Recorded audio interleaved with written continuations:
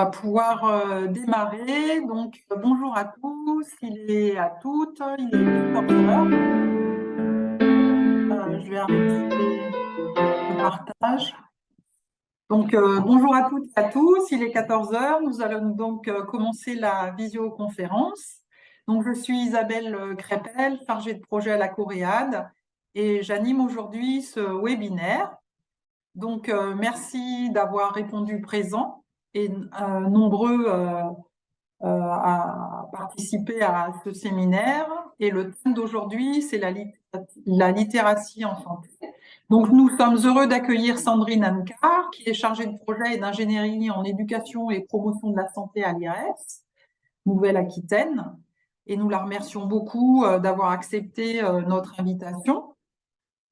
Donc, avant de laisser la parole à Sandrine, quelques petites explications concernant le fonctionnement et le déroulement de ce webinaire.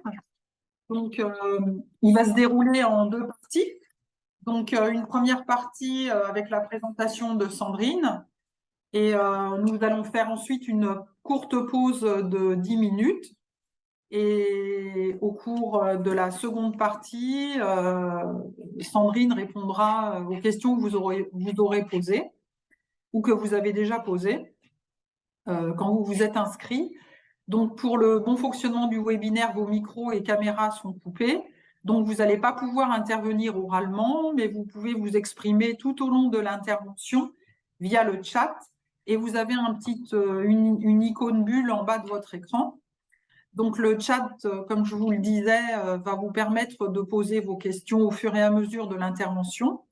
Donc, mes collègues et moi-même ferons une synthèse de vos questions pendant la pause. Et ensuite, je les poserai à Sandrine lors de la deuxième partie. Et donc, ce sera la dernière heure. Et l'intervention, normalement, se terminera à 16 heures. Donc, plusieurs d'entre vous ont déjà posé des questions lors de l'inscription. Certains obtiendront certainement leur réponse dans les propos de Sandrine Ancar. Et si ce n'est pas le cas, eh ben, vous n'hésitez pas à reposer vos questions dans le chat. Alors, pour information, le rendez-vous est enregistré et la vidéo sera mise en ligne sur le site de la Coréade dans la rubrique replay où elle sera visible à tout moment. Un questionnaire d'évaluation va apparaître au moment de la pause, ainsi qu'un recueil de vos attentes pour nos prochains webinaires à la fin de notre séance. Et on vous remercie déjà pour vos réponses. Et concernant la newsletter, si vous souhaitez être informé de l'ensemble de nos formations et actualités, vous pouvez vous inscrire gratuitement à la newsletter. Donc, j'ai ma collègue Macha qui va vous mettre les informations dans le chat. Et vous retrouverez aussi le formulaire d'adhésion à la Coréade et l'adhésion annuelle, elle est de 10 €. Donc, je vais laisser maintenant la parole à Sandrine Ancar. Donc, merci beaucoup Sandrine et je te laisse la parole. Donc, je suis Sandrine Ancar, je suis chargée de projet à l'IREPS Nouvelle-Aquitaine. Et en ce qui me concerne, je suis plus particulièrement basée sur l'antenne de la Gironde, donc à Bordeaux. Je ne sais pas si je dois un peu expliquer l'IREPS, ce que c'est ou pas. Oui. Donc, l'IREPS, pour ceux qui effectivement ne nous connaîtraient pas, donc nous sommes une association à l'échelle de la région avec une antenne dans les 12 départements. Et nous sommes plutôt une structure dite ressources. C'est-à-dire qu'on vient en appui aux opérateurs sur des questions d'accompagnement méthodologique, d'accompagnement documentaire. On propose également des formations, certaines qui sont prises en charge au niveau des frais pédagogiques par l'ARS, d'autres qui sont dans le cadre d'une prise en charge classique des organismes de formation. Et puis l'IREPS Nouvelle-Aquitaine développe également des projets qui vont dépendre un petit peu des différents départements et des besoins sur les départements et des enjeux pour l'éducation départementale. Voilà très rapidement au niveau de l'IREPS. Peut-être juste une information, le centre de ressources documentaires et pédagogiques, donc toutes nos ressources sont en prêt. Après, sur les modalités de prêt, il vaut mieux se rapprocher de l'antenne locale de votre département. Mais globalement, on est sur du prêt qui est gratuit. On demande juste une lettre d'engagement pour assurer le retour de l'outil. Et donc, en ce qui concerne nous aujourd'hui, effectivement, la Coréade m'a demandé de pouvoir intervenir sur les questions de littératie en santé. Et puis, ce sera l'occasion de voir un petit peu les liens qu'il peut y avoir ou pas avec la question des addictions. Alors, pour certains, la littératie en santé, c'est quelque chose qui va vous parler, d'autres un petit peu moins. En tout cas, n'hésitez pas à poser les questions s'il y a des éléments sur lesquels je ne suis pas claire. Donc, du coup, la littératie en santé, finalement, tous les jours, dans la vie de tous les jours, nous sommes amenés à être confrontés à une multitude de questions. Comment est-ce que je vais suivre un traitement? Est-ce que je dois me faire vacciner ou pas? Comment ça se passe maintenant pour le dépistage de la Covid-19? Les cas remontent un petit peu, donc la question du dépistage revient, mais où est-ce que je vais? Dans les pharmacies ou pas? Est-ce que c'est toujours pris en charge ou pas? Quand est-ce que je dois aller voir un médecin? Est-ce que je peux aller le voir ou pas? Est-ce que je peux demander un deuxième avis? Si je veux faire le point sur ma consommation de tabac, qui dois-je aller voir? Quel service je peux mobiliser? Qu'est-ce que je peux faire avec mon adolescent? Voilà, dans tous les jours, on va être confronté à une multitude de questions, l'activité physique, qu'est-ce que je peux manger pour que ce soit favorable à ma santé? Voilà. Et donc, pour toutes ces questions, on va avoir besoin d'informations pour faire des choix éclairés. Et donc, du coup, quand on parle d'informations pour la santé, ça veut bien, voilà, quand on parle d'informations pour la santé, ça va, euh, ça va recouvrir vraiment un champ très très large, hein, puisque tout type d'informations qui peut avoir un impact sur la santé. Donc, du coup, elles vont porter sur différents domaines. Elles vont porter sur les déterminants de la santé. Donc là, ça va être toutes les informations qui vont être relatives à des facteurs tels que l'activité physique, l'alimentation, mais également les espaces de participation, les programmes sur les ateliers cuisine. Donc, on est vraiment là sur les déterminants, les espaces de soutien social, etc. Les informations pour la santé, elles peuvent aussi concerner le système de santé, de protection sociale. Et là, du coup, on va plutôt être sur des enjeux euh, plus organisationnels de la santé. Ça va être comment fonctionne le système de santé, c'est quoi la sécurité sociale, du, est-ce qu'il y a du reste à charge quand je vais chez le médecin, et si je vais dans une structure type CDJ, donc conseil consommateur, est-ce que je dois payer ou pas? Comment ça fonctionne? La question du tiers payant, le taux de remboursement. Un enjeu aussi qui est fort dans la question du recours aux soins, ça va être est-ce que le médecin il est conventionné ou pas, secteur 1 ou 2? C'est pas toujours facile à comprendre. Mais ça peut être aussi sur la question de l'accès aux droits en santé et notamment toute la complexité quand on doit changer de régime. Je pense par exemple aux saisonniers qui parfois vont être sur les secteurs agricoles, donc relevés de la MSA, donc de la mutuelle sociale agricole. Et puis quand ils vont changer d'activité, parfois ils peuvent revenir dans le système plus général, leur régime général. Et là, les transitions sont très compliquées. Et donc ça peut recouvrir ces informations-là. Ça va recouvrir également tout ce qui va être sur les facteurs de risque et les facteurs de protection. Et donc là, c'est plutôt en lien avec la prévention. Et donc, ça va être, par exemple, toutes les informations qui peuvent concerner les campagnes de vaccination, les campagnes de dépistage, les informations sur le danger d'une consommation d'alcool pendant la grossesse, par exemple. Ça peut être sur les recommandations nutritionnelles, sur les dispositions à prendre pour lutter contre le tabagisme passif, par exemple. Enfin, donc, du coup, là, plutôt les facteurs de risque et les facteurs de protection. Et puis, les informations pour la santé, elles vont également concerner tout ce qui relève de la maladie, du corps et des soins. Et donc là, ça va être savoir reconnaître des symptômes qui peuvent être liés à une maladie. Ça peut être aussi la connaissance du fonctionnement du corps, des organes. Mais ça peut être aussi tout ce qui va être de l'ordre de le suivi d'un traitement pour une maladie chronique, pour une posologie, etc., etc. Donc, le fonctionnement des médicaments et tout ce qui peut aller avec. Donc ça, on se rend bien compte que finalement, on parle d'informations pour la santé, ce ne sont pas que des informations médicales, mais c'est des informations qui peuvent avoir de près ou de loin un impact sur notre santé perçue, enfin notre santé.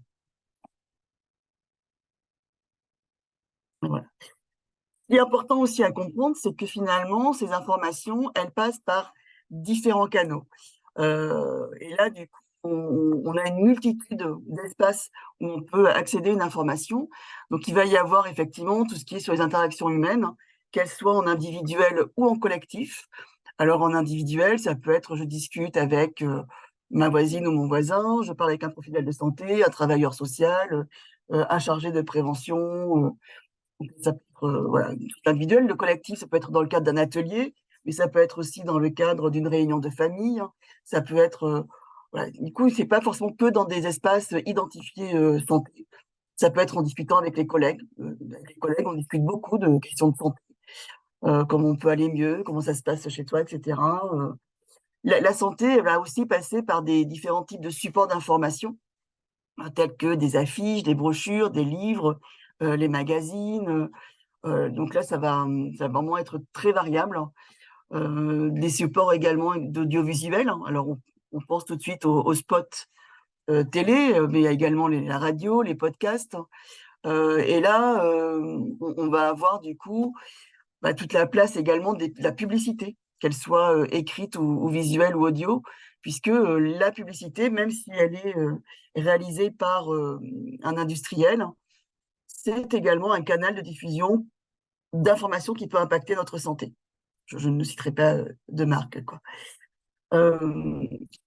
Un élément qui est important, notamment pour les jeunes, mais pas que, c'est la question de l'accès à l'information via les supports numériques. Donc tout ce qui va être sur les sites internet, les applications, les réseaux sociaux. Et là, sur les réseaux sociaux, il va y avoir toute la place des influenceurs, des leaders d'opinion, qui ont un rôle prépondérant auprès sur un groupe de population sur la diffusion d'informations qui vont impacter la santé. Donc, on se rend bien compte que finalement, quand on parle d'information pour la santé, ça concerne à peu près tous les sujets de la vie de tous les jours et ça passe par tous les supports auxquels on est confronté tous les jours. Mais du coup, quand on parle de, quand on parle de littératie en santé, voilà, qu'est-ce qu'on entend par la littératie en santé? C'est quoi là-dedans? Est-ce que finalement, la littératie en santé, ce ne serait pas une manière de mieux communiquer, de mieux se faire comprendre, ou est-ce que finalement, c'est une nouvelle méthode, un peu comme le facile à lire et à comprendre ou le message clair, qui sont pour le coup des techniques, des méthodes qui vont nous permettre de mieux communiquer? Est-ce que c'est ça la littératie en santé? Quand on parle de littératie en santé, il y a le terme littératie. Du coup, on va faire quand même une petite pause sur cette question de la littératie. La notion de littératie, elle a été définie par l'OCDE, donc l'Organisation de coordination et de développement économique, par rapport à des enjeux d'éducation et de formation, euh, voilà, comme l'aptitude à comprendre et à utiliser l'information écrite dans la vie courante, à la maison, au travail et dans la collectivité, en vue d'atteindre des buts personnels et pour ses connaissances et ses capacités. Cette notion, elle est apparue dans les années 70, et puis après un peu plus dans les années 80. Elle vient en complément des notions d'illettrisme et d'analphabétisme, avec plutôt une version positive, en s'intéressant plus sur les capacités mobilisées que sur les manques. La littératie, voilà, ça a pris de l'ampleur, ça a été développé, ça a été étudié dans différents domaines. Alors, je ne sais plus exactement combien de domaines interroge cette question de la littératie. On va avoir la littératie familiale, la littératie financière, la littératie informationnelle, médiatique, environnementale, hein. Et puis, il y a la littératie en santé, qui, ces dernières années, a bien été développée, a commencé à se structurer avec des recherches qui sont de plus en plus nombreuses.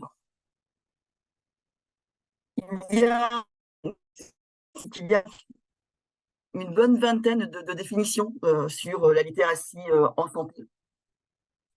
Voire même un peu plus, puisque en fonction des objets de recherche, il va y avoir parfois des précisions sur des définitions, des réécritures ou des nouvelles modélisations de la définition. On est parti de définitions qui étaient vraiment très centrées sur les personnes et sur les compétences individuelles, et d'autres maintenant qui vont plutôt sur le versant de l'environnement. Il y a quand même une définition qui fait consensus, c'est la définition de 2012, puisqu'en fait, elle a été écrite dans le cadre d'un travail de recensement des différentes définitions et elle a fait l'objet d'un travail de consensus. Et la définition sur laquelle tout le monde part un peu maintenant, c'est que la littératie en santé, elle va impliquer donc déjà 3 éléments qui sont la connaissance, la motivation et les compétences d'une personne, qui sont des mots qui sont pas anodins. La question de la motivation est un élément important. Et pourquoi mobiliser les connaissances, motivations et compétences d'une personne pour accéder, comprendre, évaluer et appliquer l'information sur la santé afin de porter des jugements et de prendre des décisions dans la vie quotidienne, donc ces fameux choix éclairés, et cela dans le champ des soins de santé, de la prévention ou de la promotion de la santé. Donc on se rend bien compte que la littératie en santé, elle traverse l'ensemble des domaines de la santé, avec du coup comme enjeu de pouvoir maintenir ou d'améliorer la qualité de vie, et cela tout au long de la vie. Donc ça, c'est vraiment une définition qui maintenant fait un peu consensus et qui sert de base dans la plupart des réflexions, et notamment dans les études qui peuvent être mises en œuvre, et je vous en parlerai de quelques-unes tout à l'heure. On va quand même revenir sur les 4 composantes de la littératie en santé qui sont accéder, comprendre, évaluer et appliquer, puisque finalement, la littératie en santé, donc c'est une capacité à travers un processus qui traverse donc ces 4 composantes. Alors, voilà. Quand on parle de accéder, alors vous allez voir que souvent, quand on regarde là, ces quatre dimensions, on aperçoit derrière des compétences qui vont être à mobiliser. Certaines compétences peuvent être très fonctionnelles, d'autres plus sociales, d'autres plus cognitives, voire émotionnelles parfois, parce que du coup, c'est un ensemble de compétences qui vont être mobilisées. Donc, quand on parle d'accéder à l'information, déjà, ça veut dire reconnaître son besoin d'information. Si je n'ai, et donc là arrive la notion de la motivation.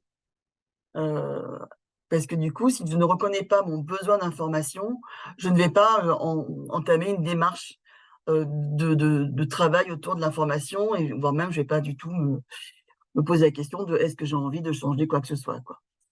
Donc, reconnaître son besoin, ben, on va mobiliser, par exemple, des compétences en termes de résolution de problèmes. Et pour ceux qui travaillent sur les compétences psychosociales, ça peut vous faire écho. Accéder à une information, c'est aussi la capacité que l'on a à rechercher, à trouver, à obtenir une information pour la santé. Et donc là, on va avoir des compétences fonctionnelles, par exemple, qui vont être manipuler un ordinateur, savoir lire, savoir éventuellement écrire quand je suis sur les réseaux sociaux, mais ça peut être aussi de poser des questions. Et donc là, il va y avoir à nouveau la question de la communication et de savoir se faire comprendre quand on cherche une information. Ensuite, on a donc la deuxième composante qui est de comprendre l'information. Ok, je l'ai trouvée, mais maintenant, du coup, bah, il faut que je la comprenne. Et là, du coup, c'est comment j'en saisis le sens. C'est-à-dire qu'on n'est même pas encore à se dire je suis d'accord, pas d'accord avec l'information, mais c'est bien de est-ce que je la comprends, cette information-là. Et là, après, c'est la troisième composante qui vient, qui est on va évaluer cette information-là, où là, je vais me poser la question de bah, je suis d'accord, je ne suis pas d'accord, et sur quels critères. C'est-à-dire que je vais interpréter, je vais filtrer, je vais sélectionner, juger et évaluer l'information.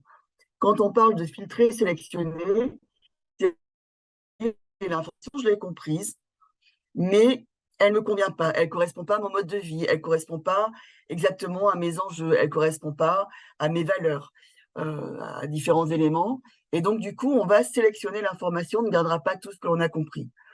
Quand on parle de juger, évaluer, c'est aussi du coup la valeur que l'on va donner à l'information. Je fais confiance ou pas à la personne qui a élaboré, qui a donné, qui est à l'origine de l'information. J'ai des critères de qualité sur bah, ça, c'est un site auquel je peux faire confiance.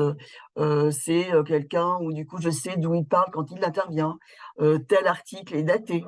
Je sais la source sur laquelle il s'appuie, etc., etc. Donc là, cette phase, c'est un élément qui est quand même très important, puisque c'est le moment où bah, nous allons véritablement garder l'information qui fait sens pour nous. Et une fois qu'on a accédé, qu'on a compris et qu'on a sélectionné et interprété l'information, on est sur la phase d'application de l'information. Et là, ça peut être aussi bien de qu'est-ce que je peux mettre en acte, en action, mais ça peut être aussi ma capacité à pouvoir réexpliquer à d'autres ce que j'ai pu comprendre de l'information dont je me suis saisie. Donc vraiment, voilà, la littératie en santé, c'est certes une question de, voilà, il faut avoir les compétences et les connaissances pour accéder, comprendre, évaluer, appliquer, mais il faut aussi la motivation. Et ensuite, ça va se décliner à travers ces 4 composantes. Alors, je vous ai préparé quelques petites illustrations. J'espère que je ne parle pas trop vite. Donc là, voilà, on va avoir par exemple le cas d'une femme enceinte qui est alertée par un proche, donc des risques pour son bébé liés à sa consommation de tabac. Donc là, qu'est-ce que ça veut dire accéder? Cela peut être par exemple qu'elle va en discuter avec son entourage, avec la famille, avec les voisins, les amis, quoi. Elle peut également poser des questions à son médecin généraliste, au gynécologue, au pharmacien, c'est-à-dire à des professionnels de santé qu'elle a pu identifier et auxquels elle a accès facilement. Elle va certainement obtenir des plaquettes d'information sur le tabac pendant la grossesse, hein, et puis elle peut faire des recherches sur des sites internet. Là, on va être sur la phase d'accès. La phase de compréhension, eh bien, elle va peut-être demander des conseils plus précis, plus spécifiques à un proche qui a pu vivre la même situation. Voilà. Tiens, toi, ma voisine, tu as été enceinte, tu fumais également, qu'est-ce qui s'est passé, qu'est-ce que tu as vécu, comment ça s'est passé, etc. Elle peut également demander des précisions à son médecin pour s'assurer d'avoir compris. Mais ça veut dire qu'elle doit être suffisamment en confiance par rapport à elle-même et par rapport à son médecin pour poser des questions, pour dire qu'en fait, elle n'a pas forcément tout compris, quoi. Et puis, eh ben, elle va lire et comprendre l'essentiel des messages dans les plaquettes ou sur les sites internet. Et puis, du coup, après, ben, elle va pouvoir comparer les différentes informations. Elle va un peu évaluer leur fiabilité. Tel site internet, ben, tiens, c'est un tel, je les connais pas trop, ils sont bizarres. C'est tel autre, ah ben oui, tiens, c'est la Coréade, je lui donne de la valeur. Voilà. Donc là, du coup, c'est comment on va comparer différentes informations qui nous parlent sur quel support. Elle va évaluer leur fiabilité. Elle va éventuellement se questionner sur ses propres motivations, qui va permettre de filtrer un petit peu les informations qu'elle a reçues. Et puis, elle va voir un peu dans quelle mesure, finalement, tous les dispositifs et les conseils existants peuvent s'appliquer à son quotidien. Et suite à cela, eh bien, elle va pouvoir éventuellement se faire prescrire des substituts nicotiniques si effectivement elle a considéré que c'était ça son problème principal. Elle peut télécharger l'application Tabac Info Service pour l'accompagnement et le e-coaching. Elle peut éventuellement tester des dispositifs type cigarette électronique ou consulter un tabacologue. Voilà un petit peu une illustration. Je vais vous montrer un autre exemple d'Élodie. Donc Élodie a 23 ans. Donc Élodie est une jeune fille que j'avais pu rencontrer. Donc elle a 23 ans, elle vit en fourgon depuis 1 an et demi. Et puis elle a vraiment fait ce choix. C'est pas une vie subie, c'est une vie choisie. Et elle a choisi cette vie très minimaliste, hein. Et puis au fil de ses voyages, finalement, elle rencontre des groupes de personnes avec lesquelles elle peut se poser de temps en temps. Ça a été notamment le cas lors des confinements, où elle, voilà, tant qu'à être confinée, elle préférait être confinée avec des gens que se retrouver toute seule. Élodie a eu un parcours un peu compliqué quand elle était jeune, puisqu'elle a eu des hospitalisations, elle disait des internements, parce qu'elle a été anorexique. Elle a également des crises d'épilepsie de temps en temps. Mais depuis sa vie en fourgon, elle n'a plus franchement de problème. Et parfois, ben voilà, sur les groupes auxquels elle s'arrête, il peut y avoir des produits qui traînent, qui circulent, et elle a pu faire quelques malaises. Il faut savoir qu'Élodie, dans sa vie choisie, elle a 3 chiens avec elle, et pour elle, c'est un enjeu fort que de pouvoir continuer à s'occuper de ses chiens.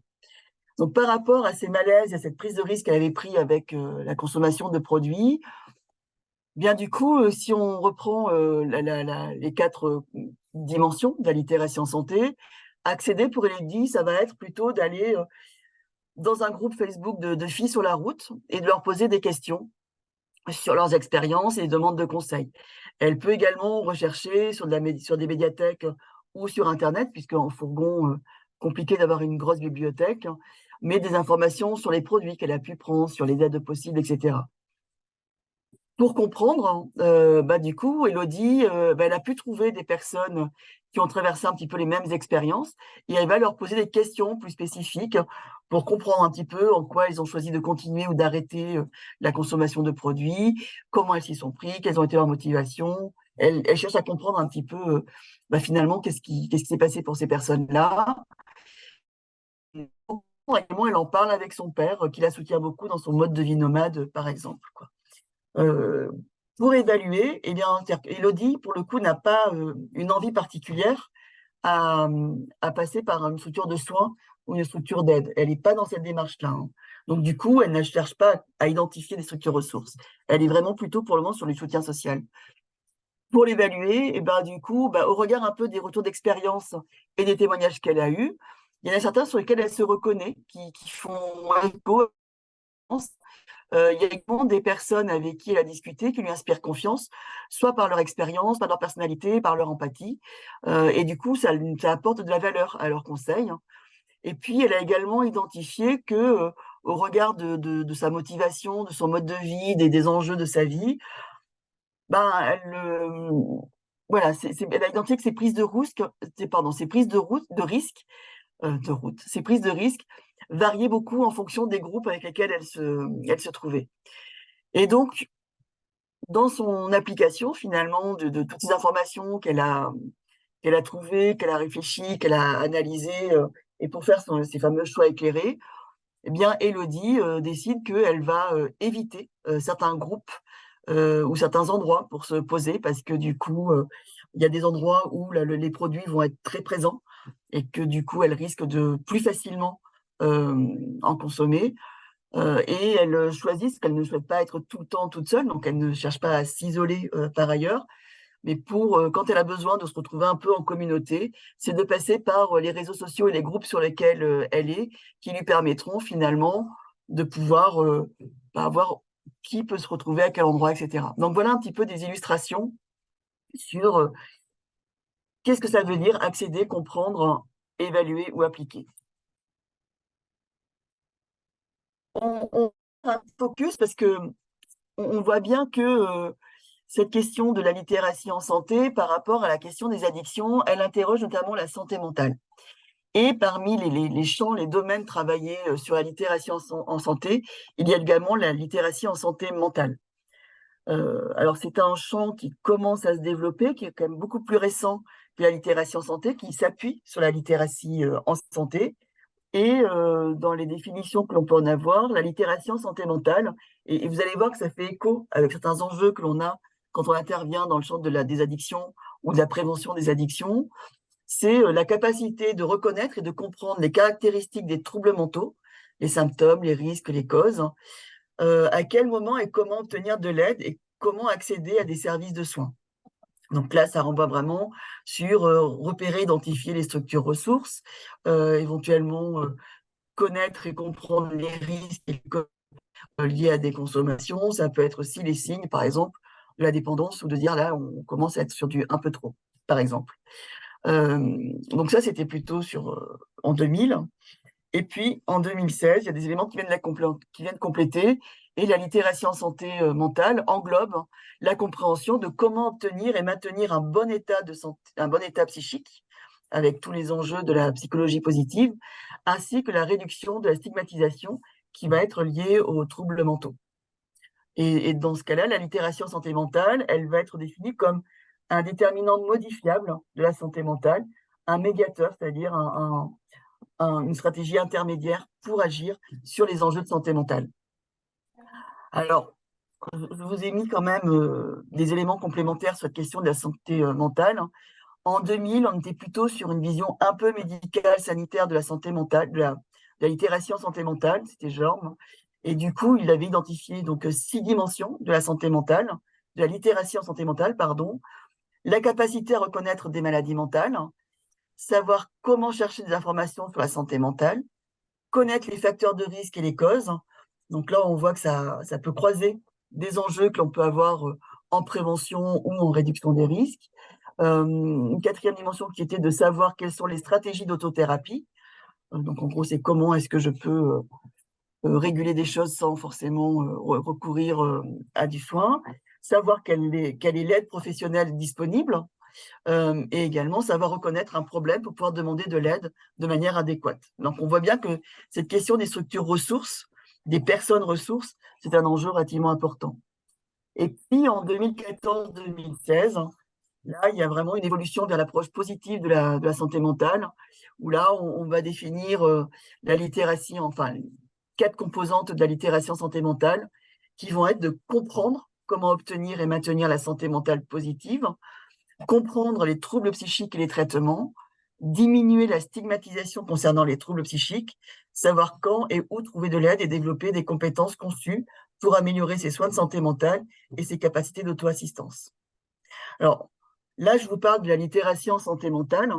Les travaux qui sont plutôt développés actuellement, je ne les connais pas tous, mais on a la chance d'avoir sur l'Université de Bordeaux une chercheuse qui travaille spécifiquement sur la littératie en santé mentale, qui est donc Ilaria Montani, et elle va beaucoup travailler sur les enjeux de dépression, enfin voilà, la dépression, l'accès aux soins, notamment en santé mentale, la question des ressources. Et actuellement, elle est en train de développer un projet de recherche autour de comment développer la littératie en santé mentale chez les plus jeunes, donc dès le primaire. Actuellement, on n'a pas vraiment de travaux ou de recherche sur littératie en santé mentale et addiction.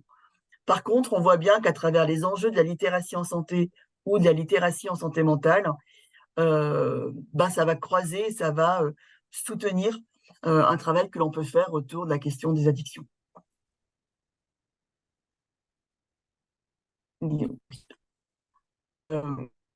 Après, ce qui est important de garder en tête, c'est que pourquoi ça ne veut plus avancer, voilà. La littératie en santé, il faut vraiment la prendre dans cette double composante. C'est-à-dire que c'est, d'une part, tout ce qui est de l'ordre des habiletés, des compétences individuelles. Et donc là, ça renvoie effectivement aux 4 composantes que l'on a vues tout à l'heure. Mais c'est aussi la rencontre avec le contexte dans lequel on évolue et notamment avec les exigences, la complexité de ce contexte. On n'est pas tous armés de la même manière, tant du point de vue des habiletés, des compétences individuelles, que dans la manière dont on va pouvoir interagir et faire avec un contexte plus ou moins compliqué. Et du coup, c'est vraiment important de prendre en compte ces 2 dimensions. La littératie en santé, elle est vraiment au croisement de ces deux composantes. Donc ça, c'est des éléments qui viennent encore compléter la définition de 2012. Alors, on nous parle de littératie en santé, ok, très bien, mais pourquoi est-ce qu'on en parle de plus en plus? Parce que c'est un élément, on en parle de plus en plus, il y a de plus en plus de recherches dessus également. Il y a une quinzaine d'années, quand on faisait une recherche sur Internet, on avait quelques références qui sortaient avec des publications, 1 ou 2 par an. Là, ça explose un petit peu. Pendant la période de la Covid, il devait y avoir à peu près 10 publications par semaine, voire plus. Donc voilà, on sent que c'est quelque chose qui monte en préoccupation, mais pourquoi? Et si la diapo veut bien passer, voilà. En fait, on va considérer que la littératie en santé, c'est un prédicteur de santé. C'est-à-dire que ce que l'on sait maintenant, et là, du coup, les études l'ont bien démontré, c'est que les personnes qui vont avoir une faible littératie en santé, elles vont avoir du mal à comprendre et à se rappeler les messages touchant à la santé. Donc, toutes les campagnes de prévention, par exemple, les actions que l'on peut faire, la question des stands éventuellement, c'est des messages qui vont être compliqués à comprendre, voire même les gens ne vont pas s'en rappeler. Les personnes avec une faible littératie en santé, en termes de résolution de problèmes, c'est compliqué également. Et donc, du coup, elles vont moins savoir si elles peuvent résoudre elles-mêmes un problème. Je me suis blessée, je me suis fait une coupure, par exemple. Est-ce que je dois aller chez le médecin ou est-ce que je peux me soigner toute seule? J'ai mal à la tête, ou j'ai un peu de fièvre, ou j'ai des rhumatismes, j'ai différents signes associés. Est-ce que, du coup, je peux m'auto-soigner ou est-ce que je peux aller, ou est-ce que je dois aller voir un médecin, quoi. Du coup, les personnes qui ont une faible littératie en santé vont avoir tendance à plus fréquenter les cabinets de médecins généralistes et les services d'urgence, donc avoir une surconsommation de l'offre de soins, et elles vont aussi avoir plus de difficultés à respecter une thérapie. En même temps, les personnes qui ont une faible littératie en santé, elles ont une moins bonne expérience du système de soins, puisque du coup, elles ne savent pas trop vers qui aller voir, la question de l'observance. Elles vont également avoir plus de mal dans la communication, dans la relation avec les soignants. Elles seront rarement actives pendant la consultation. Et en même temps, l'expérience négative du système de soins va avoir un impact négatif sur leur littératie en santé, quoi. Donc, comme je le disais, les personnes avec une faible littératie en santé vont aussi moins participer lors des consultations. Elles auront beaucoup de mal à être actives et à poser des questions quand elles ne comprennent pas ou quand elles ont des questions sur leur santé ou sur la problématique pour laquelle elles sont venues. Ce sont également des personnes qui vont moins participer aux campagnes de prévention, donc tout ce qui va être les campagnes de dépistage, les campagnes de vaccination, les espaces d'échange. Elles vont beaucoup moins venir et participer. C'est également des personnes qui auront plus de risques de développer des maladies chroniques. Là aussi, il y a un certain nombre d'études qui ont montré ce lien entre niveau de littératie en santé et le fait de développer des maladies chroniques. Et donc, du coup, les personnes vont avoir un moins bon état de santé générale et une mortalité plus élevée. À l'inverse, du coup, les personnes qui vont avoir un haut niveau de littératie en santé, elles auront une meilleure santé perçue, c'est-à-dire qu'elles vont d'elles-mêmes se déclarer comme en meilleure santé, elles auront plus confiance dans leurs choix, elles vont favoriser la participation à des réseaux, enfin, elles vont participer plus facilement à des réseaux de voisinage, des groupes d'entraide, des espaces de décision, etc. Elles pourront également promouvoir des activités favorisant la santé auprès d'autres personnes. Elles vont mieux prendre en charge la santé de leur environnement, enfin de leur entourage, de leurs proches, et elles vont avoir une plus grande participation aux prises de décision concernant l'ensemble de la population.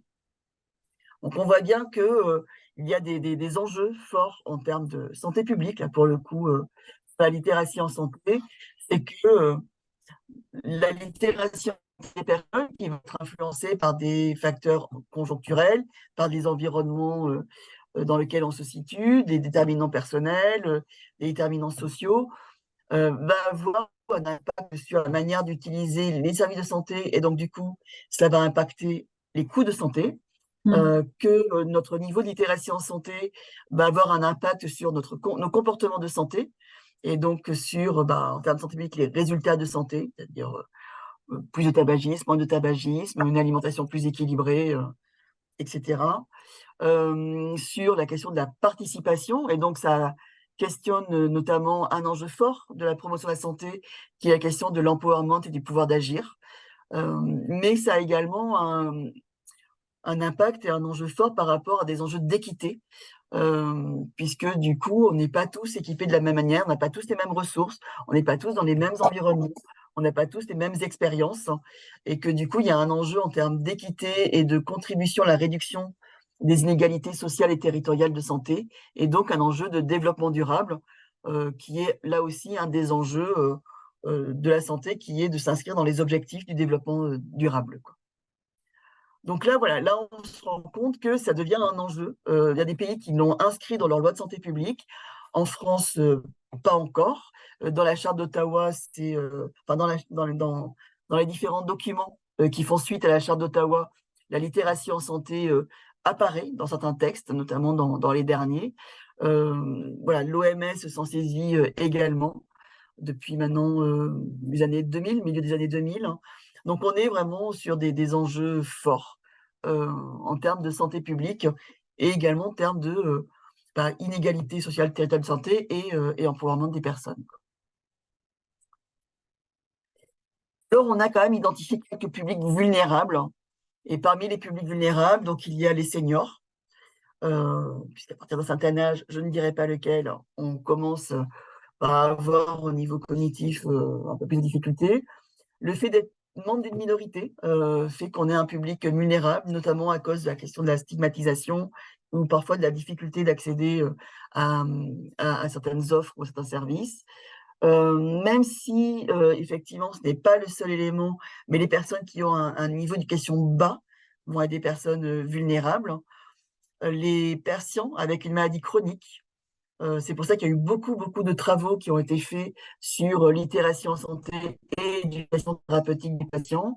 Il y a notamment des travaux de recherche et de thèse sur les soins infirmiers qui portent là-dessus, et les personnes également à revenus faibles qui sont identifiées comme des personnes vulnérables par rapport aux enjeux de littératie en santé. Donc là, on voit bien que la littératie en santé est un fort marqueur d'inégalité sociale de santé et que c'est un enjeu là aussi de santé publique. Alors quand même, on va donner quelques chiffres. Faut bien parler un peu chiffres. Euh, Dans les années 2000, donc différents travaux ont été faits, notamment par rapport au lien avec les professionnels de santé. Et certains travaux ont pu identifier que lors d'une consultation, d'une visite chez le médecin, 80% des mots utilisés sont issus de la terminologie médicale et seulement 19% sont des langages de tous les jours. Or, le patient, il n'est pas un professionnel de santé. Et donc, du coup, il y a plus de 80% du vocabulaire ou du champ lexical utilisé qui ne lui est pas forcément connu. Alors, certes, certains qui ont pu faire des études ou qui ont développé une expertise dans la maladie vont du coup être plus à l'aise, mais du coup, ça demande des ajustements aux personnes. Une autre étude avait pu montrer que aux urgences aux États-Unis, près de 80% des patients ne comprennent pas parfaitement les consignes et les soins qu'ils reçoivent, donc pendant la prise en charge aux urgences, et que la majorité d'entre eux ne savent même pas qu'ils n'ont pas bien compris. C'est-à-dire que on ressort en ayant l'impression qu'on a compris ce qui s'est passé, alors qu'en fait, on n'a pas vraiment saisi les enjeux, les consignes qu'on nous a données, les recommandations, etc. 80%, c'est quand même énorme, quoi. Après, ce que l'on voit également, et c'est aussi un élément qui doit nous amener à réfléchir, c'est que d'une manière générale, entre 40 et 80% de l'information qui est transmise aux patients lors d'une rencontre est oubliée immédiatement ou mal comprise. Alors, quand on parle entre 40 et 80, c'est parce que du coup, il y a le niveau de littératie en santé des personnes qui arrivent. Ça vous est peut-être déjà arrivé, en tout cas, moi, ça m'arrive assez fréquemment, lorsque je vais chez le médecin et qu'après, je dois aller chez le pharmacien et que le pharmacien me demande, du coup, que vous a dit le médecin, je suis à peu près incapable de lui répéter. Donc, je lui tends mon ordonnance en espérant qu'il y a tout dedans. En même temps, les patients les plus en difficulté seraient les personnes qui seraient le plus en demande de pouvoir en parler avec leur médecin, mais ils n'osent pas le faire. Et en parallèle, les médecins, intuitivement, ils ne vont identifier que 20% de ces patients qui sont en demande de pouvoir parler et d'aide par rapport à cette question de leur compréhension de l'information en santé.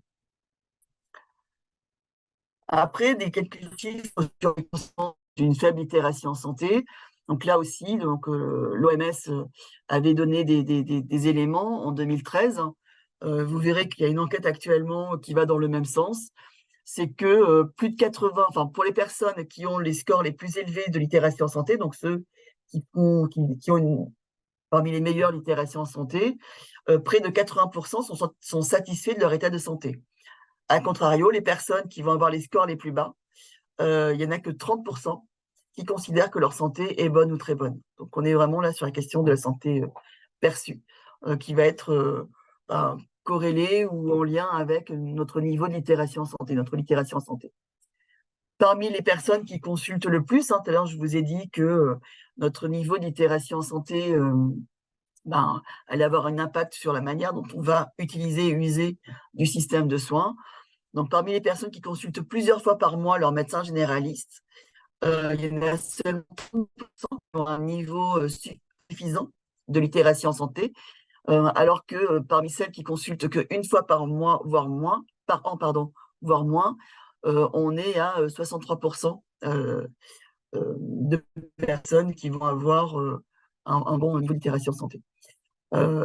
Toujours pareil, donc là, c'est des études qui ont aussi été pas mal faites, c'est que les personnes qui vont avoir les scores les plus élevés de littératie en santé, donc ceux qui ont une bonne ou une très bonne littératie en santé, il n'y en a que 20% qui se disent sédentaires, qui n'ont aucune activité physique, alors que parmi les personnes qui vont avoir les littératies en santé les plus basses, il y en a que 75%, voire plus, qui se déclarent sédentaires. Donc ça, les études, elles ont montré vraiment des liens solides entre activité physique et alimentation. Par contre, actuellement, il n'y a pas d'études, ou en tout cas, quand on cherche, on n'y trouve pas d'études qui ont montré le lien entre littératie en santé et addiction. Ça ne veut pas dire qu'il n'y en a pas, c'est juste qu'actuellement, ça n'a pas été travaillé ou étudié.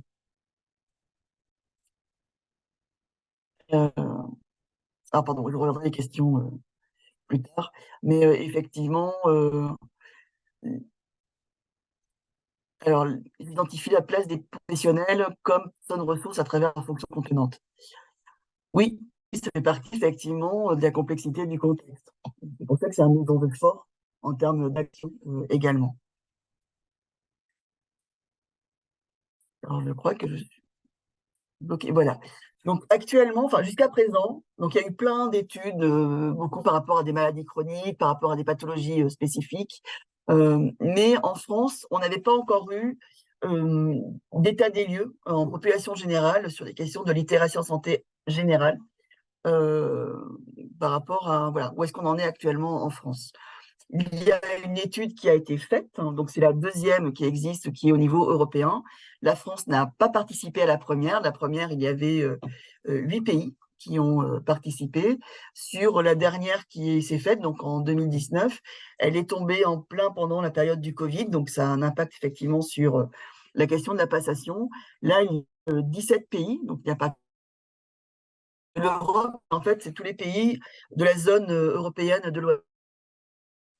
Euh, on attend les résultats. Donc, si vous voulez absolument aller voir les résultats, vous pouvez aller euh, sur le site du consortium qui a mené l'enquête. Euh, mais c'est tout en anglais, avec, il faut vraiment très très à l'aise avec les chiffres. Donc, moi, je ne le suis pas trop. Ma numératie n'est pas exceptionnelle, hein. Euh, utiliser un terme un peu complexe, un peu pompeux.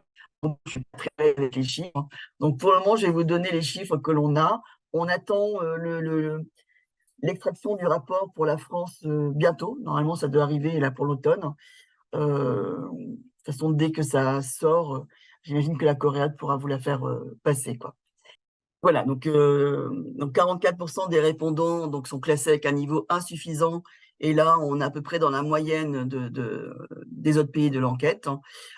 Par contre, si on regarde spécifiquement donc, la littératie en santé numérique, là, on est vraiment au-dessus des scores des autres pays, puisqu'on est à 72% des répondants qui sont classés comme ayant un niveau insuffisant de littératie en santé numérique. Ce qui pose vraiment, enfin, ce qui doit nous interpeller, puisque de plus en plus, on passe par des espaces numériques euh, pour, euh, pour les démarches pratiques, le suivi des soins et des remboursements, mais pour l'accès également à l'information. Et donc, du coup, on a vraiment une réflexion à avoir sur cette question bah, de l'accès aux informations en santé via le numérique, mais également sur le développement des applications de la santé numérique, en fait.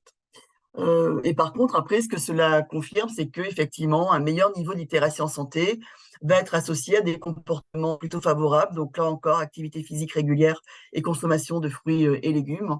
Et que le niveau d'itération en santé, avoir un bon niveau d'itération en santé, va permettre de se déclarer comme étant en meilleure santé dessus.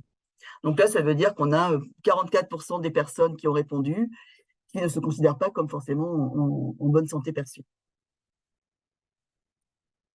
Donc, pour intervenir sur ces questions, parce qu'il s'agit un peu de comment intervenir pour mieux prendre en compte cette question de la littératie en santé. Eh bien, il y a 3 niveaux sur lesquels on peut intervenir. Il y a d'une part agir sur les compétences et les aptitudes individuelles des personnes.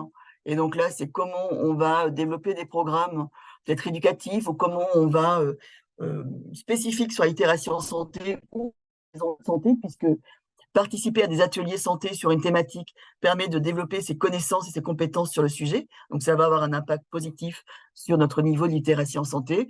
Mais on peut aussi mettre en place des programmes spécifiques pour des compétences mobilisées dans le cadre de la littératie en santé. Ça va être une des stratégies d'intervention. On peut aussi agir sur le contexte. Et donc là, comment on va réfléchir sur l'organisation des structures de soins par des ressources, de façon à diminuer les exigences situationnelles. Donc, effectivement, ça peut passer par la formation des professionnels et réfléchir à la posture. Et alors, quand on parle de la formation des professionnels, c'est pas que ceux qui reçoivent, c'est l'ensemble en fait des personnes que l'on va rencontrer dans une structure. Donc, ça va commencer finalement par la personne que l'on a au téléphone, par exemple, quoi. Ça va être aussi de réfléchir à comment la personne va pouvoir circuler dans la structure de soins, comment elle va en comprendre les codes, comment elle va en comprendre ce qui est attendu un petit peu, passer d'un service à l'autre, comprendre les supports d'information qui sont affichés dans la structure. Et puis, l'idée, c'est aussi de se dire qu'à minima, on peut compenser la faible itération santé des personnes en travaillant et en améliorant la communication et en facilitant la compréhension pour tous. Et donc là, effectivement, c'est de se dire comment être accessible au plus grand nombre, et ça rejoint les enjeux d'accessibilité et d'inclusion. Ce qui est important de savoir, c'est que de rendre l'information et les environnements accessibles au plus grand nombre, donc c'est-à-dire agir sur la compensation de la faible itération santé et les contextes, hein. Donc agir pour le plus grand nombre aura un effet favorable sur l'ensemble des usagers. L'expérience positive va du coup avoir un impact et un effet positif sur notre littératie en santé. Donc là, je vais faire un petit switch vers un document PDF, parce que du coup, un travail qui a été fait par, donc je vais arrêter le partage pour le reprendre dans 2 secondes. Il y a un travail qui a été fait par Cécile Allaire et Julie Ruel. Donc, Cécile Allaire, hein, qui est chargée de mission à Santé publique France. Et j'ai tout bougé tout à l'heure. Attendez, quittez pas, je suis en train de faire des bêtises. Et Julie Ruel, qui est une chercheuse québécoise sur les questions d'inclusion, de littératie en santé, de communication accessible à tous. Donc là, elles ont travaillé sur comment prendre en compte finalement la littératie en santé, notamment à travers un travail, une recherche documentaire. Hop, j'y suis.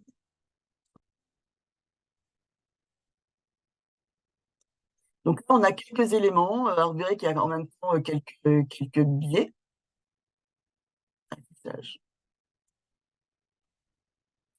Déjà, il faut savoir que l'OMS a élaboré des recommandations déjà en 2013 qui dit que pour améliorer le niveau de littératie en santé, il faut former les adultes et les enfants sur les questions de littératie en santé, mais aussi sur les enjeux de santé, mais également agir sur l'accès à l'information court et au système de l'éducation. Il faut assurer une meilleure communication sur la santé et être plus accessible.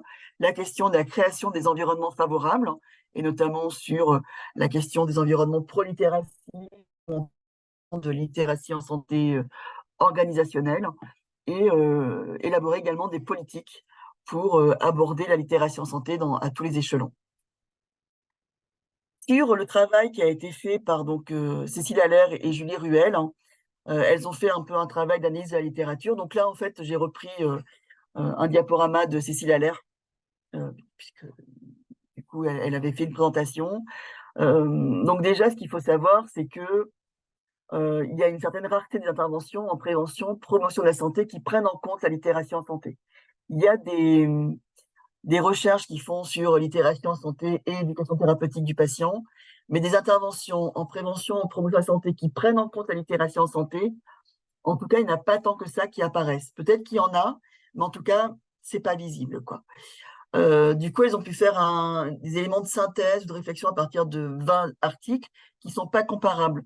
Parce que finalement, les interventions ne s'appuient pas forcément sur un cadre conceptuel ou une échelle unique.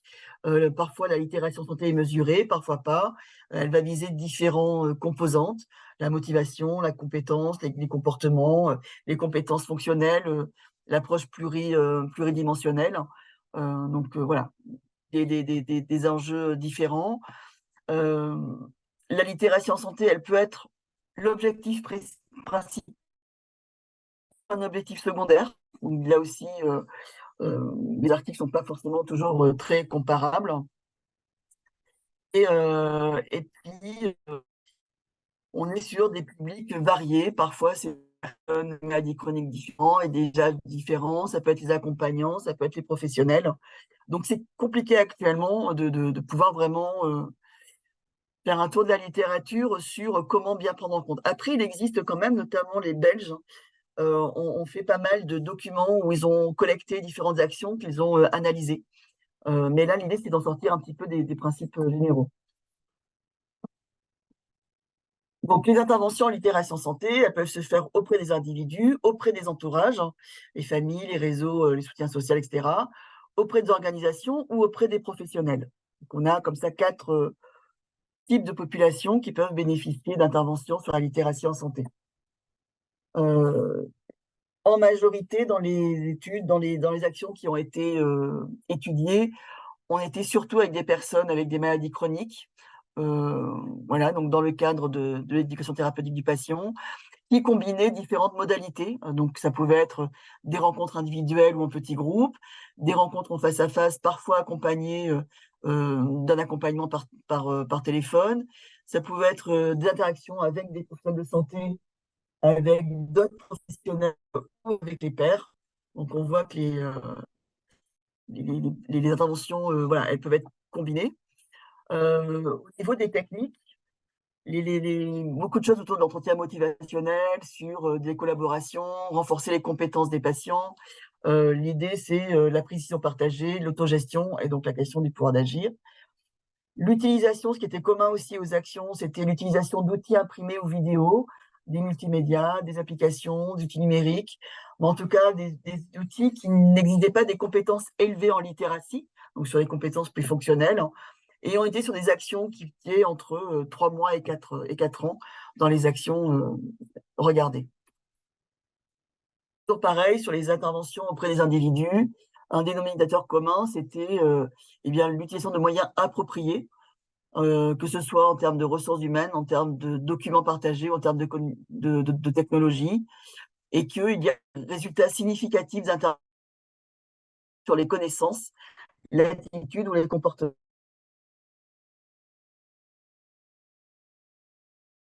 C'est que les populations désavantagées ou avec une faible littératie en santé, elles pourraient profiter avec avantage des interventions, interventions à l'aide d'outils numériques. Alors, je sais qu'une personne avait posé la question de quelle prise en compte des personnes avec une faible littératie en santé dans les interventions, dans les actions, dans les campagnes. Bien là, ça veut dire qu'il faut peut-être avoir des aides particulières, donc c'est le fameux universalisme proportionné, tel que de l'aide d'outils numériques, du coaching plus adapté, des sessions de groupe pour les personnes avec VIH. Là, c'est des exemples qui ont été faits. Des interventions qui vont associer animation, vidéo, outils numériques, donc une diversité d'actions. Donc là, ça permet voilà, de mieux faire profiter finalement une littératie en santé plus faible. Et puis, la modalité qui est souvent mise en avant, c'est l'accompagnement par des petits groupes, qui va être finalement identifié comme efficace. Ensuite, il va y avoir des interventions qui ont été faites auprès des proches, auprès des médiateurs. Donc là, c'est tout ce qui est sur le soutien social, l'environnement, et que du coup, la littératie en santé des familles, des proches, va permettre aux personnes avec une littératie en santé plus faible de comprendre, d'utiliser les informations nécessaires pour bien gérer leur santé. Ça, il y a des études qui ont montré qu'effectivement, le soutien social était un élément important par rapport à la question d'une faible littératie en santé. Le soutien aux proches des personnes avec maladie chronique, donc là, c'est pareil, c'est comment être plus actif dans les processus de décision, comment communiquer avec les professionnels et s'adapter. Il y a également eu des actions sur l'impact de la littératie en santé des aidants sur la qualité de vie des personnes. C'est-à-dire que voilà, on se rend compte que la littératie en santé des aidants, des médiateurs, va avoir un impact sur la littératie en santé des personnes qu'elles accompagnent. Et puis, il y a des interventions auprès des professionnels. Donc là, il y a une expérience de formation des futurs médecins, puisqu'on a vu que du coup, c'est un enjeu fort aussi dans comment diminuer la complexité des contextes. Donc là, c'était une formation de 11 heures qui visait à développer les compétences des futurs médecins. Donc, il y avait une conférence et puis après, il y avait des rencontres de groupe interactives de pratique dans l'action qui était mise en place. Donc, les résultats, c'était une meilleure connaissance en littératie en santé, un sentiment d'auto-efficacité des futurs professionnels, plus de compétences lors des consultations pour fournir des informations plus compréhensibles, plus de partage de la décision, plus de soutien aux patients pour qu'ils prennent plus de contrôle sur leur santé. Donc voilà, donc du coup là c'est un exemple d'intervention auprès de professionnels. Et parmi les critères pour une intervention efficace, c'est des formations à multifacettes, c'est des jeux de rôle, c'est de la réflexivité, partir des pratiques, identifier les obstacles euh, au changement de pratique. Donc on voit qu'il y a un enjeu fort dans la formation des professionnels, et y compris dans les modalités de mise en œuvre de la formation et dans l'ingénierie pédagogique. Il y a eu des formations à la communication, il y a eu de la mise à disposition de matériel de soutien aux professionnels. Par exemple, vous avez un portail canadien qui permet aux professionnels de trouver des ressources pour les aider. Il y a également des boîtes à outils. Donc là aussi, je ne sais plus si elle est canadienne, québécoise ou autre, sur les précautions universelles que l'on peut prendre. Parce que finalement, ben, on ne sait pas toujours si la personne en face de nous à une bonne ou une basse littératie en santé, surtout qu'il y a les effets de contexte qui interviennent. Vous avez le guide de Santé publique France, communiqué pour tous, avec maintenant des petits documents complémentaires qui peuvent aussi nous aider, notamment pour agir sur être plus compréhensible et mieux prendre en compte dans nos communications écrites, dans nos communications numériques ou nos communications orales, la littératie en santé des personnes. Et puis, il y a également le fait de permettre aux personnes de témoigner de leur expérience. Aussi, l'enjeu, c'est de pouvoir diminuer la complexité des tâches demandées. Et puis, le dernier groupe d'intervention, c'est auprès des organisations. Et donc là, c'est pouvoir réaliser un diagnostic organisationnel. Donc, il existe des référentiels sur la littératie en santé organisationnelle pour essayer d'identifier les forces et les faiblesses de l'organisation et de voir en quoi elle prend en compte les usagers. Un recensement d'outils d'évaluation de la littératie en santé dans les organisations. Donc ça, c'est un travail qui a été fait également. Et puis, il y a des recommandations qui vont permettre de favoriser les changements d'organisation. C'est la question de l'engagement des dirigeants, de la présence de formation, le fait de pouvoir allouer du temps et des moyens pour faire ce travail-là. Ça ne se fait pas seul, ça peut prendre un peu de temps. Et voilà. Voilà un petit peu sur les recommandations. Donc, il est 15h, donc ça fait déjà 1 heure. Donc, je vais m'arrêter là. Je vais arrêter le partage. Sandrine, on va pouvoir poser, si vous allez pouvoir répondre si tu peux répondre à quelques questions.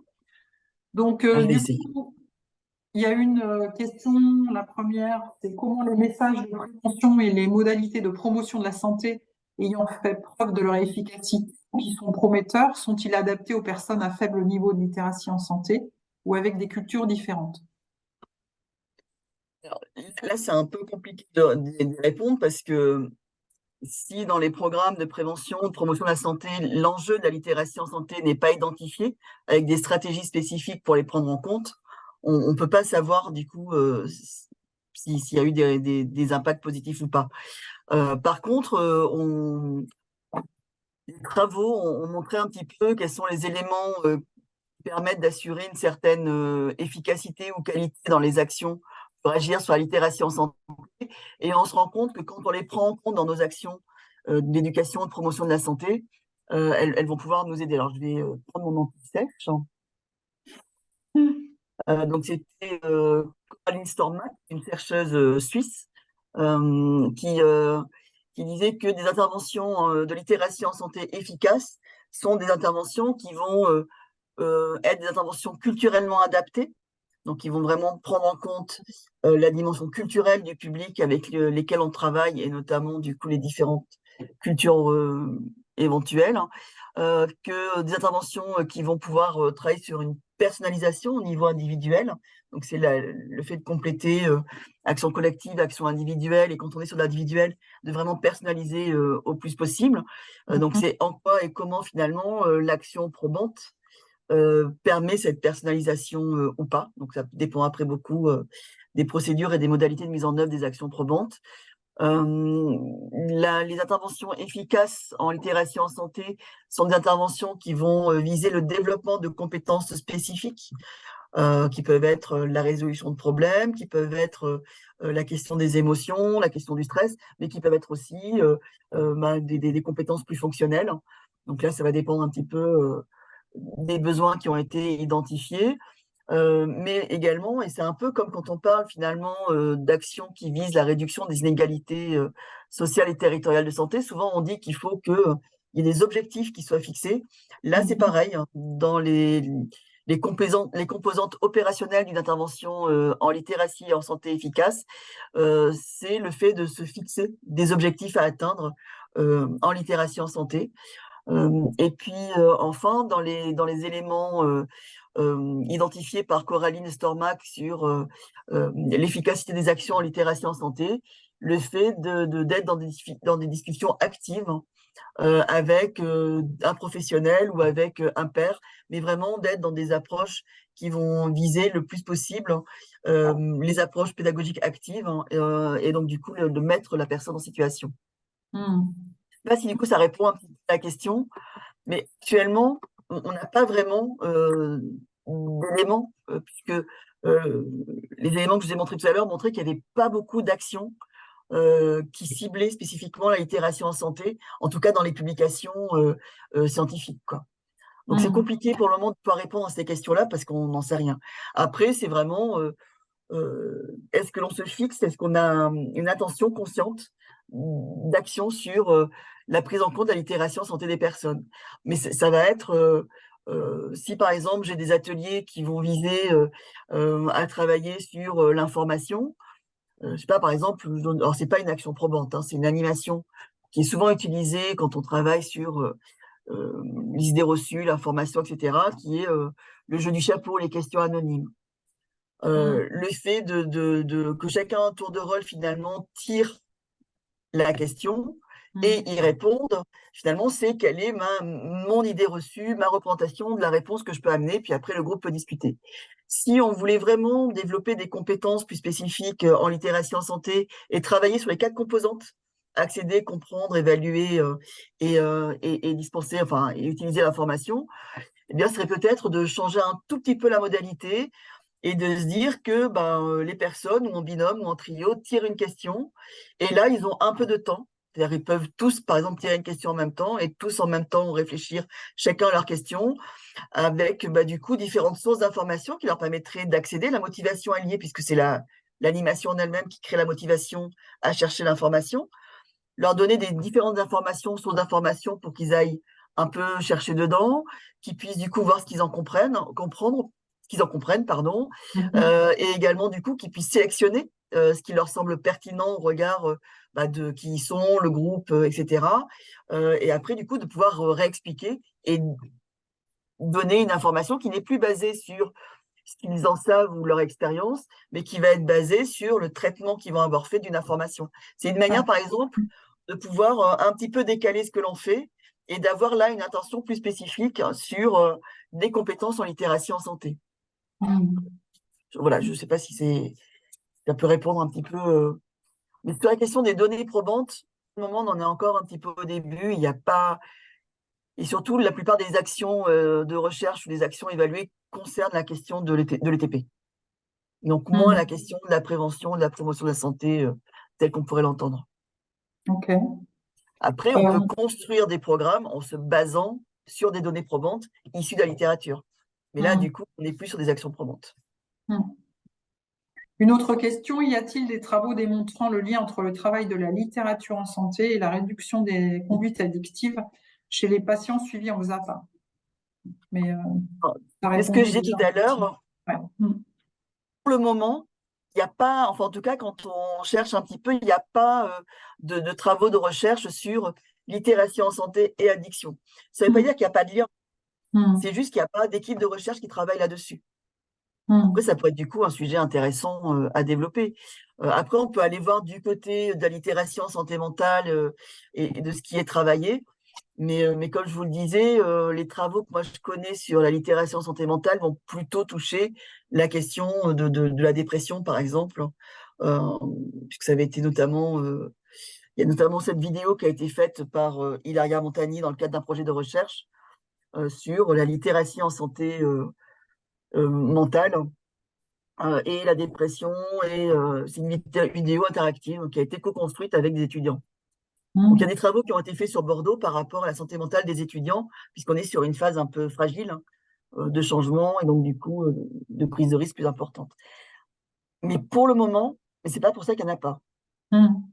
Mais pour le moment, ça n'a pas été démontré. On ne peut pas dire qu'il y a un lien solide entre les deux. On peut faire des hypothèses, mais Hmm. ça s'arrête là, quoi. Ce serait intéressant que tu nous fasses passer la vidéo, qu'on puisse la mettre. Je vous mettrai le lien, ouais, je le Ouais, comme rajouterai ça, dans les diapos. ouais, super. Quelles applications dans l'élaboration d'une clinique institutionnelle? Alors, j'ai pas entendu la fin. Quelles applications dans l'élaboration d'une clinique institutionnelle? Quelles applications dans une clinique institutionnelle? Ouais, Non, celui-là, je l'ai. Alors, qu'est-ce que vous entendez par clinique institutionnelle, hein? mais il faut que la personne se manifeste. Je ne sais pas si elle peut ouvrir son micro. Je crois pas. Donc, du coup, dans le chat, Je regarde. Si la question, c'est la question de l'application dans la prise en charge, et là, ça renvoie vraiment aux enjeux de l'itération en santé organisationnelle. Du coup, effectivement, si la personne peut préciser, c'est vraiment voilà, la question ouais, de la l'itération en santé organisationnelle. Alors, il y a eu des travaux qui ont été faits notamment par une infirmière québécoise dans le cadre d'un travail de recherche sur la question de la posture, elle a beaucoup travaillé ça avec étudiants infirmiers, qui est de comment dans l'interaction finalement avec les personnes, je vais pouvoir mieux prendre en compte leur niveau de littératie en santé de façon à les accompagner et de façon à ce que finalement, lors de la consultation et de l'interaction avec le professionnel, on puisse avoir un impact positif sur le niveau littératie en santé des personnes. Alors après, il va y avoir différentes choses. Par exemple, on peut mettre en place des mesures dites universelles. Si par la clinique institutionnelle, c'est les structures la prise en charge. Et peut-être que je me mhm. trompe par exemple, il y a des mesures universelles qui peuvent être mises en place. Il y a des outils qui ont été faits, qui est par exemple, le pose-moi 3 questions. Souvent, quand on va en consultation, peut-être qu'avant, on a plein de questions en tête, mais quand on arrive au moment du rendez-vous, on oublie complètement nos questions. On n'a pas toujours préparé à l'avance. Alors, certains sont très organisés et les écrivent à l'avance, d'autres pas du tout, moi pas du tout. Et par exemple, une mesure universelle qui peut être mise en place, c'est de mettre différentes affiches qui vont rappeler les 3 questions que l'on peut poser aux professionnels que l'on va rencontrer. Donc, je me souviens plus les questions. Si vous voulez, je pourrais vous mettre aussi le lien vers ces affiches-là, puisqu'elles ont été traduites en français. L'enjeu est de pouvoir rendre la personne plus active pendant la consultation. Mhm. Après, il va y avoir par exemple, des outils linguistiques qui viennent en complément des entretiens motivationnels, des techniques de communication que l'on peut avoir déjà quand on mène des entretiens, tels que, par exemple, le Teach Me. L'HAS par elle du faire dire. Le Teach Me, c'est on parle d'une information et l'idée, c'est donc toujours pareil, hein, l'idée, c'est de réfléchir à comment ça vient interroger les 4 composantes, donc accéder, comprendre, évaluer et utiliser l'information. Le Teach Me, c'est voilà, on a échangé des informations et pour accompagner la personne sur la phase d'évaluation et notamment la projection, l'anticipation de la mise en œuvre de l'information, on va lui demander, bah, par exemple, pour vous assurer, pour m'assurer que j'ai été compréhensible, c'est-à-dire que l'idée, c'est pas de dire on va vérifier que la personne a compris, mais l'idée, c'est de se dire je vais demander à la personne est-ce que j'ai été compréhensible. Mhm. Et donc, pour m'assurer que j'ai été compréhensible, est-ce que vous pouvez m'expliquer ou me dire comment vous allez mettre en place quelque chose quand vous allez rentrer? Si on est sur l'activité physique, comment vous allez faire vos 30 minutes d'activité physique? Si on est sur la réduction des risques, ça va être comment, lors de la prochaine, voilà, est-ce que vous pouvez m'expliquer comment vous projetez les mesures de réduction des risques que vous allez pouvoir faire la prochaine fois que vous êtes dans un groupe où du produit va circuler. Donc c'est Mhm. voilà.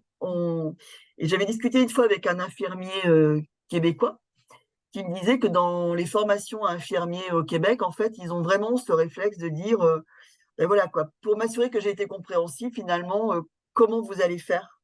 Mais c'est vraiment voilà, la charge de la responsabilité change complètement. C'est-à-dire que c'est vraiment nous qui nous questionnons sur notre compréhensibilité, quoi.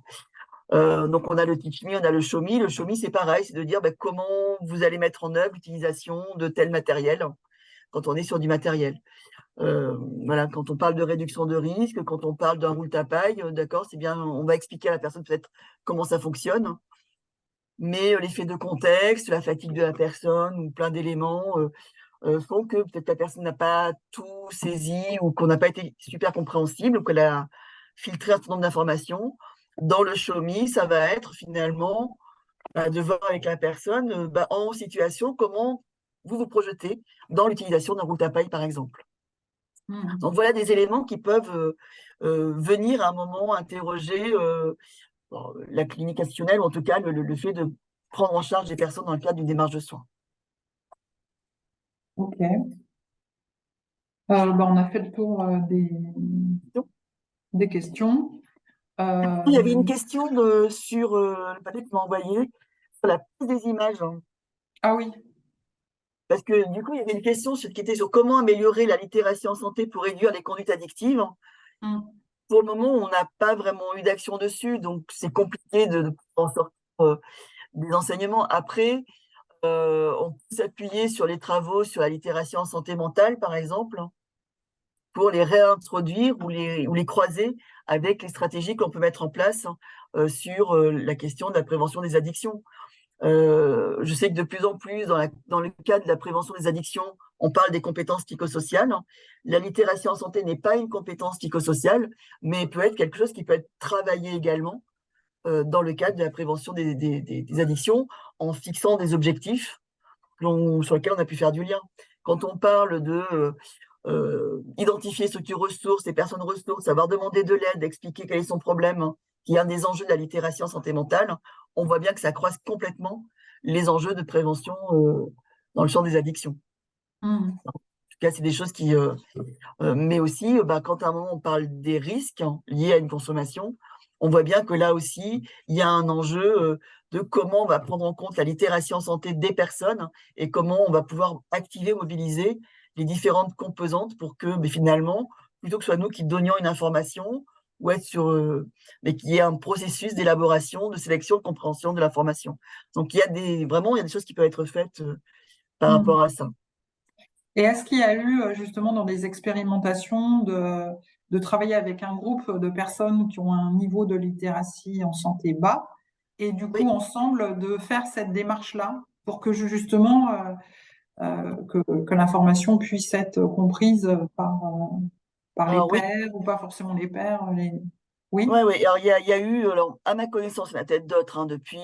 Donc, il y avait eu les premières actions dont j'avais entendu parler qui ne visaient pas les patients. C'était justement dans le cadre du travail de recherche de cette chercheuse en soins infirmiers dont j'ai oublié le nom et c'est pas bien, qui du coup travaillait avec des apprenants. Où là, du coup, effectivement, c'était autour des petits trucs pour avoir des comportements favorables à la santé. Donc, il y avait tout un processus de travail qui avait été fait. La structure Culture et Santé de Bruxelles également, puisque leur principe, en fait, c'est d'expérimenter. À partir de ça, c'est de capitaliser. Donc là, pareil, je pourrais vous donner le lien vers un guide d'action qu'ils ont élaboré à partir de l'expérience, où ils sont partis avec un groupe de personnes, des apprenantes de quartiers type quartier prioritaire que l'on peut connaître, nous, dans le cadre de la politique de la ville, avec un processus. Là, c'était autour de la question de l'alimentation, et je crois que c'était autour de la question des fruits et légumes bio.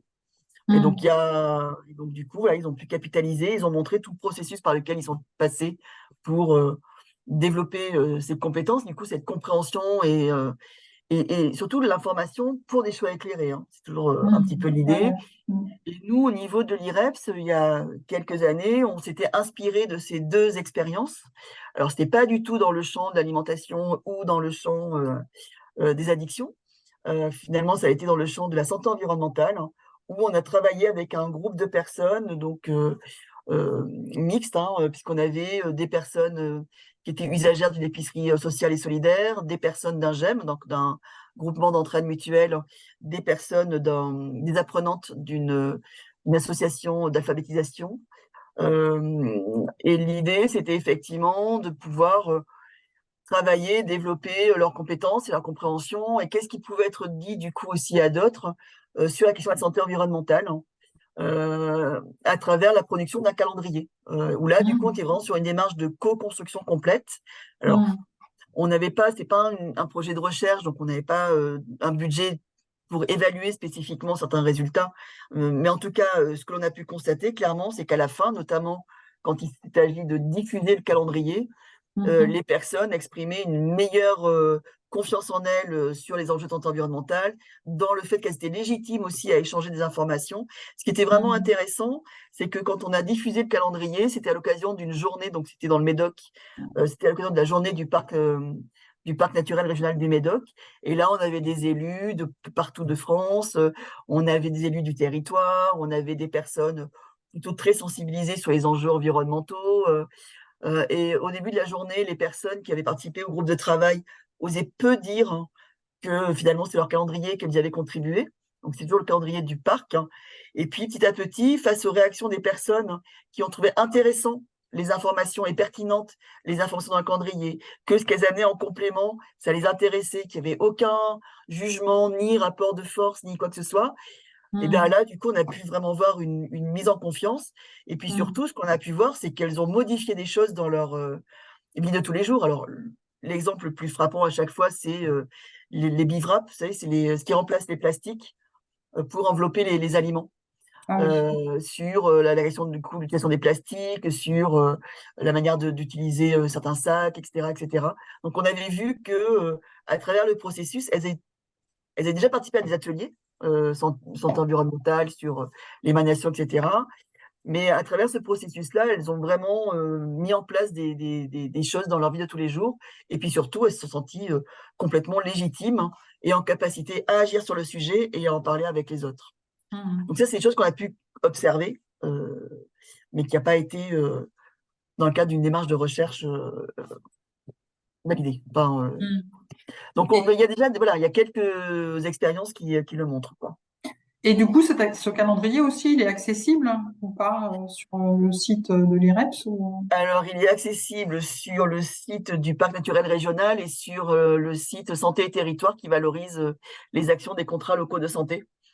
Du coup, tu pourrais nous passer le lien et comme ça, pareil, Je pourrais vous ça remettre illustrera. Ouais, le comme ça, lien. ça pourra. Et Ouais. effectivement, dans le processus qu'on a mis en place, on s'est vraiment appuyé sur l'expérience de culture et santé. C'est-à-dire qu'on a eu plusieurs rencontres, on a co-construit le rythme et les modalités des rencontres avec le groupe. C'est-à-dire que on n'était pas sur une démarche accompagnée, c'est vrai, une démarche de co-construction. Dans le groupe, il y avait également 3 personnes du parc qui avaient, elles, des expertises de professionnels. Mais c'était pas. L'idée, c'est qu'on était tous au même niveau.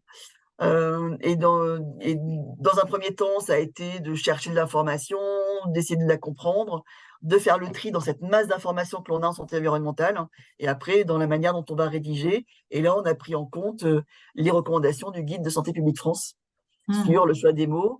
Et c'est là où je peux faire le lien avec la question des images, que quelqu'un avait Oui. posé cette question des images, Mm. puisque du coup, dans les recommandations de Santé publique France, les images seules, elles ne se suffisent pas. Mm. Parce que du coup, elles peuvent être sujettes à interprétation, il peut y avoir des biais culturels, il peut y avoir plein d'éléments, mais que par contre, l'association d'une information par le texte et de la même information dans l'image, elle vient renforcer en fait l'imprégnation au niveau de la mémoire de l'information, Mm. et elle vient renforcer aussi sa compréhension. Un texte seul, hein, il peut être Ouais. compréhensible, mais pas par tous. Une image seule, hein, elle est vraiment sujette à interprétation. Et donc, du coup, c'est pas évident qu'une image seule, elle soit plus compréhensible que du texte, mais c'est Mm. vraiment l'association des deux. Et d'ailleurs, on Mm. peut vraiment le voir dans les nouveaux supports de communication de Santé publique France, où Mm. on est sur des brochures plus aérées, avec moins d'informations sur une page, et où à chaque fois, c'est sur un côté, il y a une information, et en face, il y a le dessin qui vient reprendre la même information. Par Mm. contre, ce qui est important, c'est que ça va s'optimiser les deux si le dessin reprend la même information. Si le Mm. dessin amène une information différente, ben, du coup, ça ne va pas avoir le même effet. positif. C'est vraiment le lien des deux. Et du coup, c'est la frustration, c'est que l'image, certes, elle peut être jolie, mais elle doit être surtout utile, puisque du coup, elle doit amener une information qui est la même que celle du texte. Ok. Donc ça, dans le guide, mais je pourrais pareil vous le mettre le lien, il y a vraiment toutes les recommandations sur l'utilisation des images euh, dans l'élaboration des supports de communication. Ok, très bien, merci. Pas sûr d'avoir Est-ce- le temps de vous montrer un ou deux exemples, mais ben, on peut, enfin, on a encore un quart d'heure. Je ne sais pas, est-ce que vous avez des questions? euh, Sinon, on peut voir peut-être une qu'il y a- illustration, effectivement. ouais, peut-être que du coup, ce que je peux vous montrer, c'est ce qui a été fait par Santé publique France. Alors, tout à l'heure, on parlait des campagnes de communication et de la prise en compte plus spécifique des personnes avec une faible littératie en santé. Euh, Santé publique France a beaucoup travaillé cette question-là, notamment lors de la période Covid. C'est des choses qui n'ont pas forcément été visibles par tout le monde. Du coup, je vais peut-être vous les montrer. Oui. Euh, et une illustration. Du coup, pareil, c'est des diapos de Cécile Allaire. Il faut que je travaille avec elle par ailleurs. Donc, j'ai j'ai des informations qui sont toujours très intéressantes. Donc, par exemple, si on prend donc, sur la campagne Covid, alors,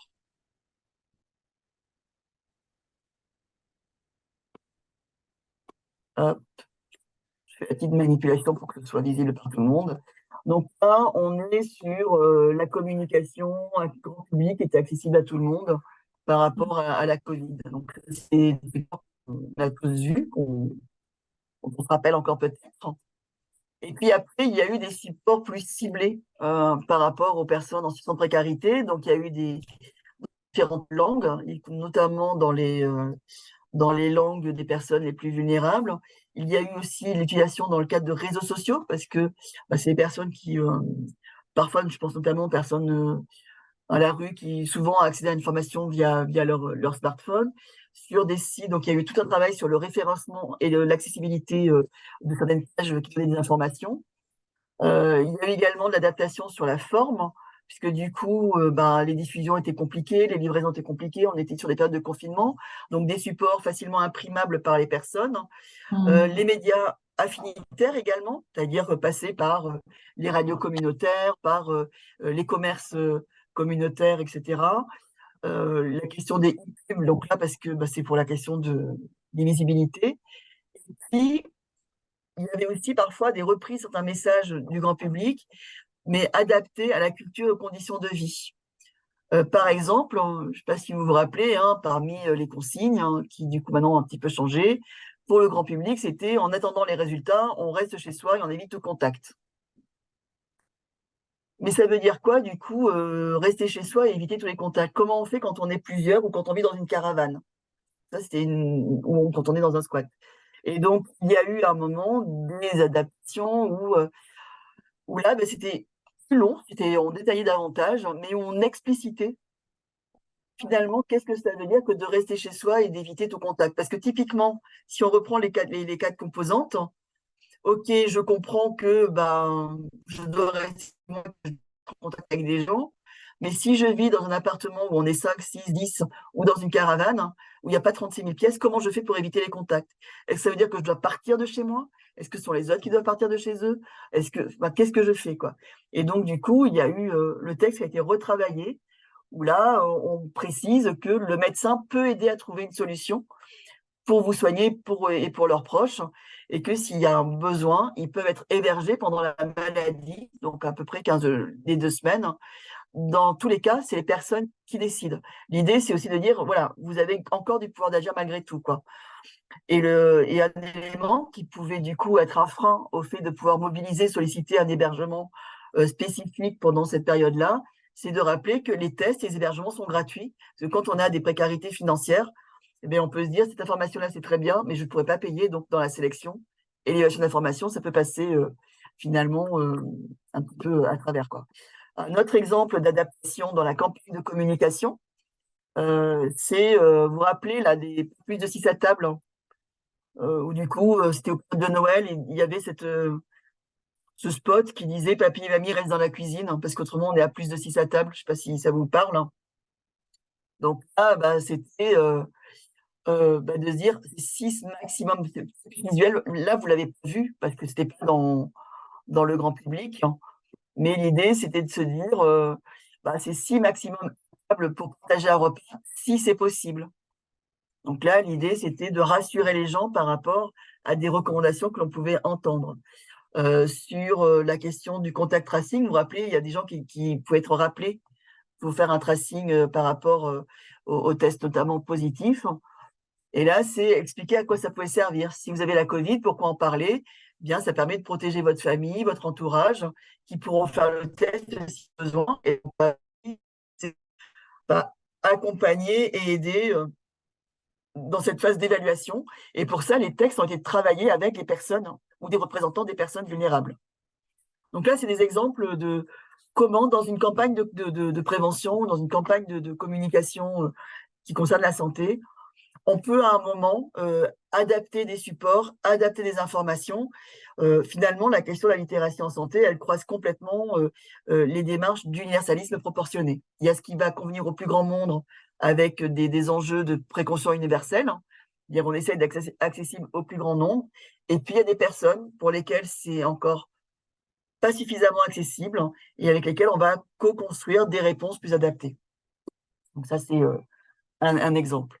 Et puis après, peut-être pour vous montrer la question, culturelle des images, heu, donc attendez, il faut que je la retrouve. C'était un travail qui avait été fait par, Culture et Santé. Voilà, je vais vite, excusez-moi pour le mal de mer. Voilà un exemple, donc sur, l'utilisation des images.